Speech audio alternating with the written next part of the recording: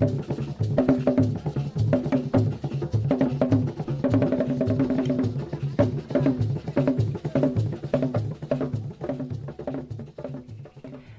listening to the East Africa Travel Podcast.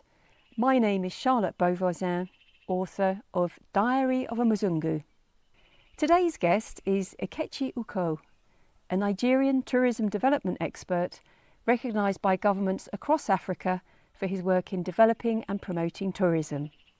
He is the brains behind the Akwaaba African travel market that's been going over 20 years. He's been a VIP gorilla namer at Rwanda's Kwitizina gorilla naming ceremony, and he's one of the team behind the Team Africa initiative promoting travel within Africa by Africans. I'm delighted to host him on the East Africa Travel Podcast because I've learned a lot from him over the years. For example, I don't think I realised how most of the popular flight routes fly from Africa to European capitals, so you often have to fly from East Africa to Europe if you want to get to West Africa, which is absurd, isn't it?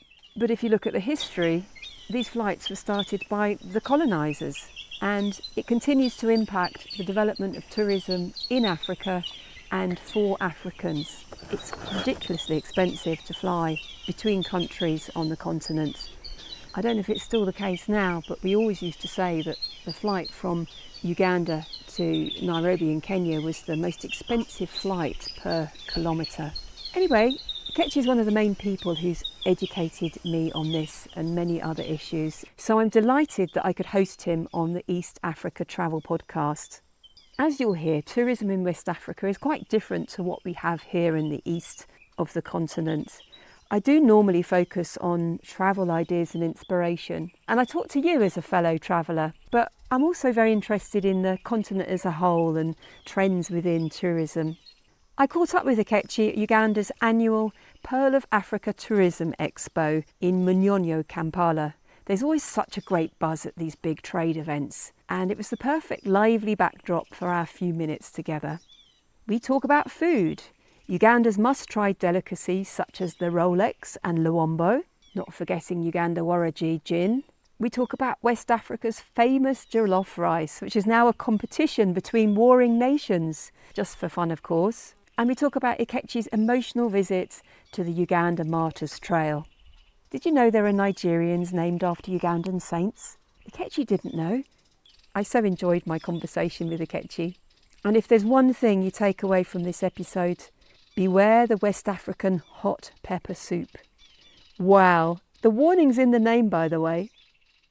Welcome, Ikechi, to East Africa Travel Podcast. Really nice to see you after a while. And what did you say, 2020 was when we last met? Yeah, that was February 2020. And since then, I haven't been to Uganda. Probably been some other places in East Africa, but not Uganda. So it's good coming back here. Yeah, welcome back. I'm meeting the good people of Uganda. Yes, and you did a little bit of a tour. You said you did the Martyrs Trail. I did the Martyrs Trail yesterday. I started from the Lake Victoria, where the king got off the boat after going hunting and didn't get hippos. That's the beginning of the story.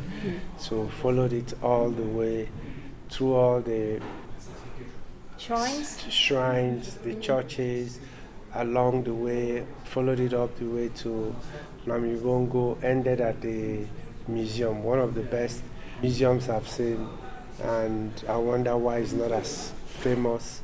It's very powerful, isn't it? Very moving. It's emotional, it's powerful, and the saddest part of it was for me, the cries that the mothers were crying about their children.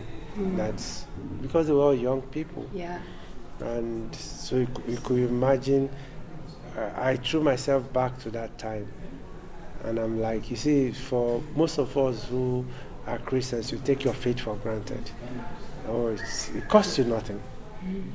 But for some people, it cost their life. It disrupted their society.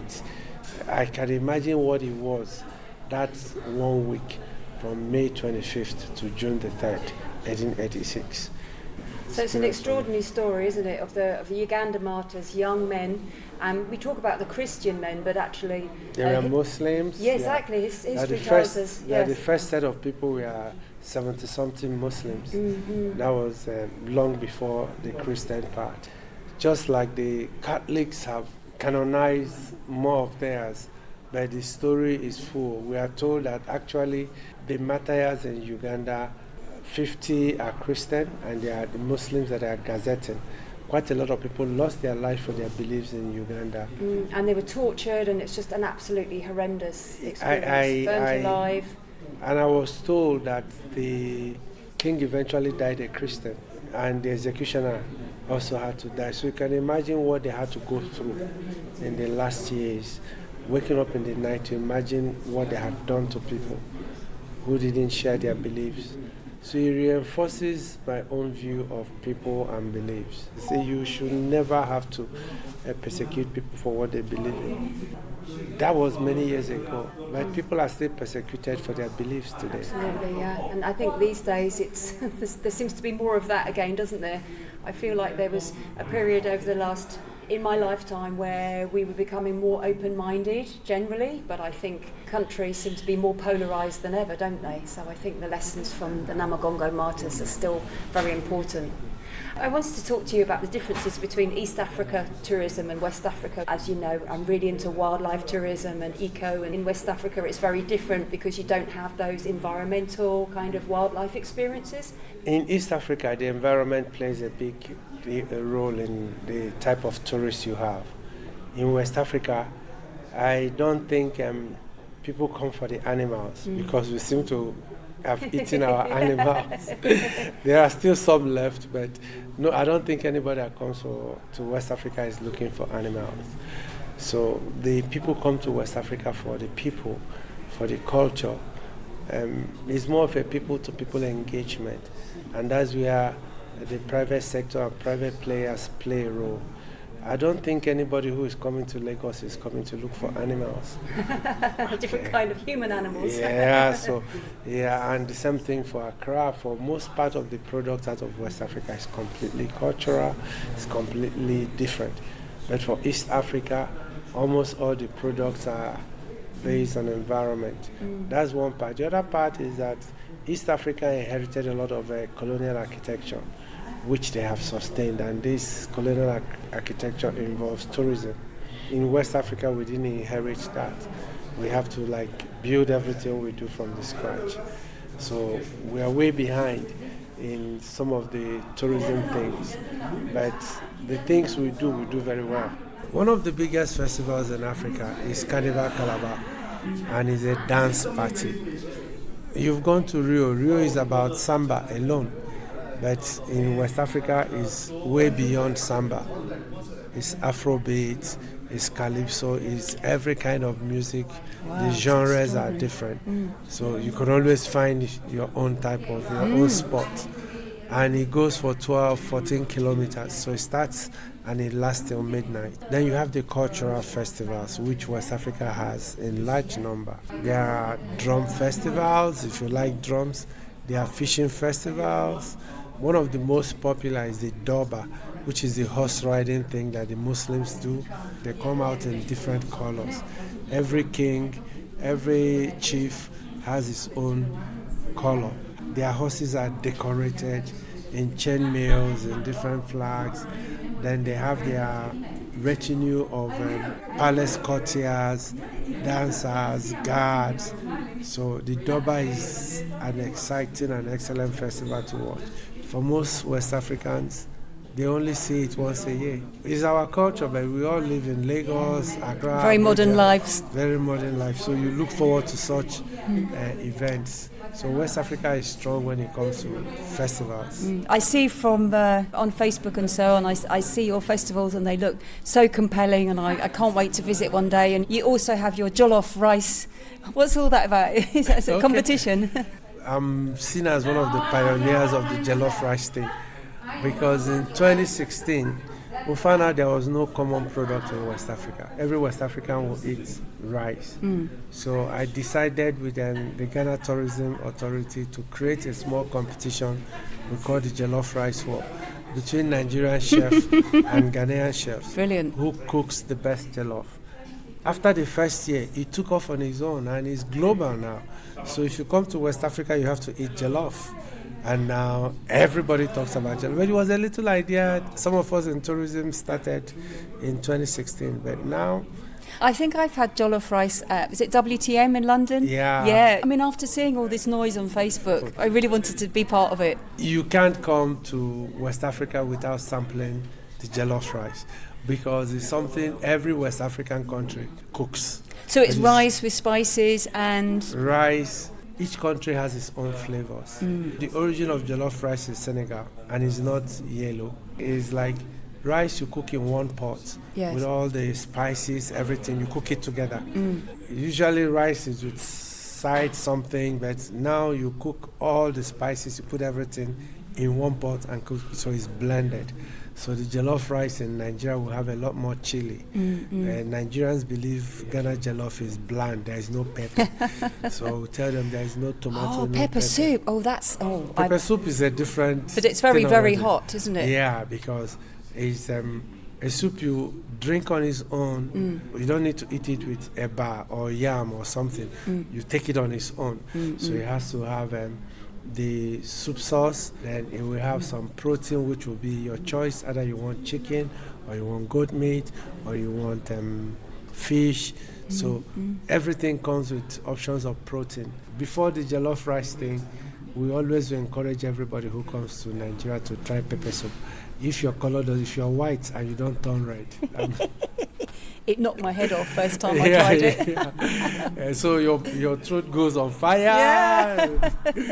Then once you've done it once or twice, you adjust to it. Yes, I expect so, yeah. So those are unique flavors of West Africa. But jollof rice has become the most popular because it's rice, which is global. Yeah.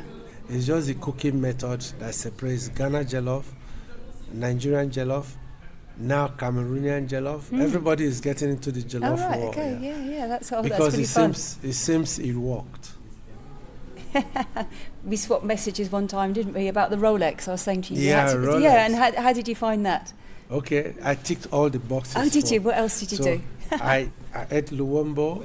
I went to a street restaurant to eat luwombo. Yes. And I ate it with ugali and matoke. Okay. So I've done ugali, I've done matoke, I've done luwombo. Then I ate Rolex and I drank warangi. Oh. So I've ticked the boxes of everything that I need to do. Excellent. For me, you don't visit a country without sampling the local. Totally. Part of your senses are not utilized when you come and you don't sample. So I will always eat the local food. Yeah. So I can't come without having to tick those boxes. And going back to the Namugongo Martyrs, do you think it could be Nigerians? I think there could be a good market for this kind of activity, this historical experience in the Nigerian market. It's not historical. There are things that Nigerians don't know, and most Africans don't know anything about Uganda. Uganda is that big, important country, but we know next to nothing about Uganda outside Idi Amin. Ugandans don't play a lot of soccer. Ugandans don't run like the Kenyans. So what is it about Uganda that we know? Now, there are probably more Catholics in Nigeria than in Uganda. So you hear names like Kizito. Until I came to Uganda, I never knew Kizito was not an Igbo name. I believe Kizito was an Igbo name because in school, in any class, you have like 2-3 Kizitos. Okay. Most of the Catholics answered Kizito. I never knew it was not a Nigerian name until I came to Uganda. One of the biggest group of knights in Nigeria are Knights of St. Mulumba. I didn't know Mulumba was Ugandan. So, imagine if every member of the Knights of St. Mulumba tries to trace the origin of the knighthood. How many visitors are you going to have? So the market is there, and every Catholic I know believes in one saint or another. And if 22 of them are from Uganda, and we have close to 40 to 30 million Catholics, Wow, okay. In the southeast of Nigeria, which is the Igbo area, Catholics are probably 60% of the population. And there's like 40 to 50 million people. So the market is massive because the Catholics identify with the saints. Mm-hmm. And some of the biggest night groups are Martyrs from Uganda. So that market is a market waiting to be tapped and exploited. What other things do you think Nigerians would like to visit Uganda for? That's part of why I'm here. Nigerians like shopping. Mm-hmm. You are not known for shopping. No. Nigerians like glass and steel. Mm-hmm. You don't have a lot of that. You mean in the buildings? Yeah, like that's why they will do Joburg, Dubai. They like shopping malls, exciting environment. They like luxury. So, and they eat, drink, luxury. So the things they will go do in Dubai, Joburg, you don't have a lot of helicopter rides, those kind of things. So we need to be able to curate for them what Uganda has in abundance. Your nightlife is good. Very good. Yeah, but now the Nigerian nightlife with luxury. Right.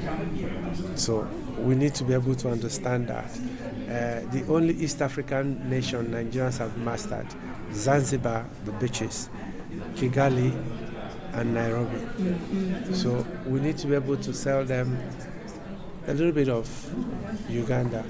So for a Nigerian who was visiting East Africa, would you say a tour that included 2 or 3 countries would be better than just going to one? The road trips don't appeal so much to them. Wildlife don't appeal so much to them. So what would they do? They'll prefer city life. Yeah. And city life will include, maybe if you do a tour of Kampala, Nairobi, Kigali. Yeah. So we need to be able to identify very well what they will do when they're in Kampala. Now, going back to Nigeria, I know most things about Nigeria and West Africa generally really from you and being connected with you on Facebook, so thank you for educating me and inspiring me. And you have the 7 Wonders of Niger project. Tell me a little bit about that. 2 million Nigerians travel abroad every year. They go everywhere. And most of them know next to nothing about Nigeria. We found out there is a need to be able to get people to know a little bit more about Nigeria outside their home places. Mm-hmm. So I started this project, 7 Wonders of Nigeria, which we call Niger 7 Wonders, to educate ourselves first, the people in travel business, then the public along with it, on places they can go see in Nigeria. So when we started the project and people will see places, is this place in Nigeria? He said it's not true. So we are showcasing places, unbelievable places that are in Nigeria. And the most popular is the Obudu Mountain Resort. It's a place in Cross River State, deep in the mountains. But the mountains have cloud. If you open your door, the cloud will float into the door. You lock the door, and the cloud is trapped. So this is not fable; it's real. Yeah. And it colors your hair. Okay. So they put a cable car there, the longest cable car ride in Africa. They have lots of things. So, but Nigerians see these things and they think it's not in Nigeria. They think it's somewhere else, but it's there. We have a desert. So you see people doing dune bashing in Dubai. Okay, yeah. There are dunes all over in the one place in Nigeria. Nigerians don't know. So we have a state that is of volcanic origin, has like 20 waterfalls, have crater lakes, the best hiking routes. Most Nigerians don't know. These places are known to the locals, but they've never sold it to other Nigerians. So part of what we did with Niger 7 Wonders was expose this beauty to Nigerians, and it took off because now there are hiking routes all over Nigeria to all those sites. Plateau now has the largest number of hikers every week, and almost every state, because the millennials are more into hiking than any other thing. Sure, yeah. there's a hiking epidemic across Nigeria to these locations. So it's been successful. And the good news is that the state governments are now investing in those places. So they are building resorts in those locations. They are building access roads, but I'm happy we did it, and today the whole country is benefiting from it. All of this conversation really whets my appetite to travel to West Africa. When I finally get to Nigeria, what are the top 2 or 3 places that I have to visit? Should I come for Akwaba, or what are your recommendations? Okay, because I'm the guy who organizes Akwaba, I always say Akwaba. Tell us about Akwaba. Because it's the biggest travel expo in West Africa. The minimum number of visitors who come are like 3,000 people. And it has all the major players in West Africa. And what it gives you is an opportunity to meet with Nigerians in their own country. Lagos is 20-something million people. That's bigger than many countries in Africa. So you experience Lagos. And Lagos has beaches, have clubs, have the biggest art galleries in Africa, the most active nightlife. The story of Lagos is probably the story of Nigeria.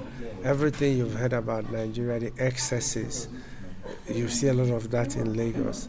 The traffic jams, the people, the so-called noisy Nigerian, you get everything in Lagos. So Lagos gives you the whole picture in a safe place. Yeah, because most people are not used to seeing 20 million Africans in a place. So they create an image of it's scary. It's only scary because if you have your own belief about Africans. But if you went to New York or went to Japan, another big city, and you see 12 million Japanese, you won't feel scared. They are, but Nigerians are loud, they could laugh, they could do anything, but nobody's ever going to touch you. So we've never had any case of that in Lagos. We've done Akwaba for 20 years, and we now have one in Ghana based on the success of what we do in Nigeria. We started the one in Ghana, and today is the biggest travel expo in Ghana. We've done some for Gambia. So for West Africa, it's still uncharted waters for most Africans. And there's a lot of myths. Somebody told me, oh, Nigeria, is it safe? And I asked him, there are 200 million of us in Nigeria. Are we safe? That answers your question. If 200 million of us still live there, yes, and we still exist and do our normal business, that means there is no problem about that. In Lagos, there is no sign that says welcome to Lagos. Every other place you go to in the world, they say welcome to Abuja. Yeah. So in Lagos, this is Lagos. We are telling you this is Lagos. So it's not like we are welcoming you. We are just informing you that you are in a different part of the world. Yes. So in Lagos, you walk into someone, you don't say I'm sorry. You say, what is it? Didn't you see me? So then both of you will look at each other and say, oh, sorry. Yeah. But if you walk into me and you say sorry first, you are the guilty person. Oh, right. So okay. Lagos has its own ways of engagement. Interesting. So, and it's unique. Other Nigerians will tell you, oh, this is a Lagosian, it's different. We enjoy being Lagosians. We know that's what makes us different from anybody else in the world. And we didn't want to change being Lagosians. We like the method to our madness. So, but most Africans who come, the thing about Nigeria is once you cross the border, nobody bothers you. Every other Nigerian treats you as if you live together. I've been in Uganda 15 years, I've travelled widely across the region, feel very comfortable here, very welcome here. How am I going to feel when I get to Nigeria? Is it going to feel home like East Africa is, or I'm going to really notice culturally Of course, you will notice the difference immediately. Yeah. Nigeria is maybe energy levels maybe 50% higher. Wow, okay. And also don't play the stranger. Right? Okay.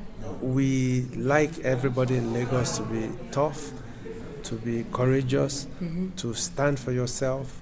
Don't play the weakling and speak up for yourself. Okay. That's what makes Lagos and to a large extent Nigeria different.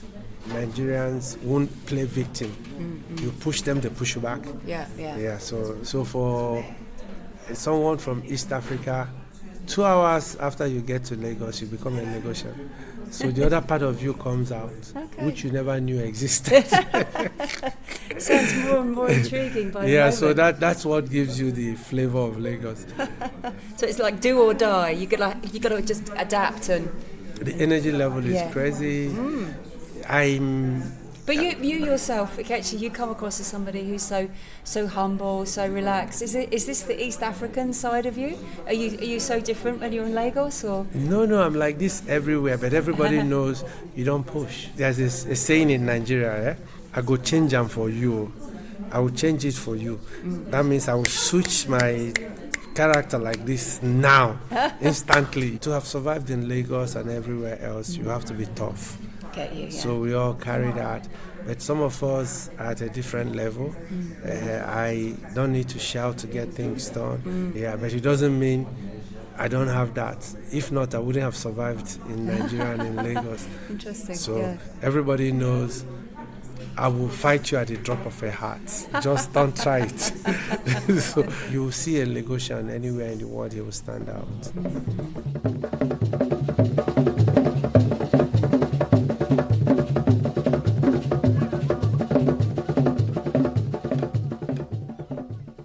Thanks, Ikechi, for giving us a new perspective on tourism in Uganda. I can't wait to visit Nigeria. I was invited to visit in 2022, actually.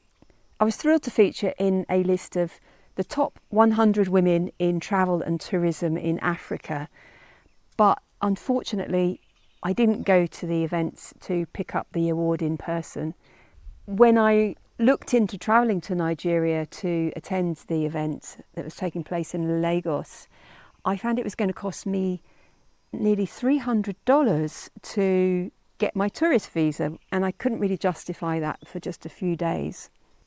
And when I tried to find out why it was so expensive, I came to learn how much Great Britain charges for Nigerians to get visas to the UK. So I'm still learning, and always lots more to think about and discuss. But the cost of flights, the cost of visas, the difficulty in getting visas, these are all some of the bigger issues that Ikechi is lobbying hard to change, particularly for Africans.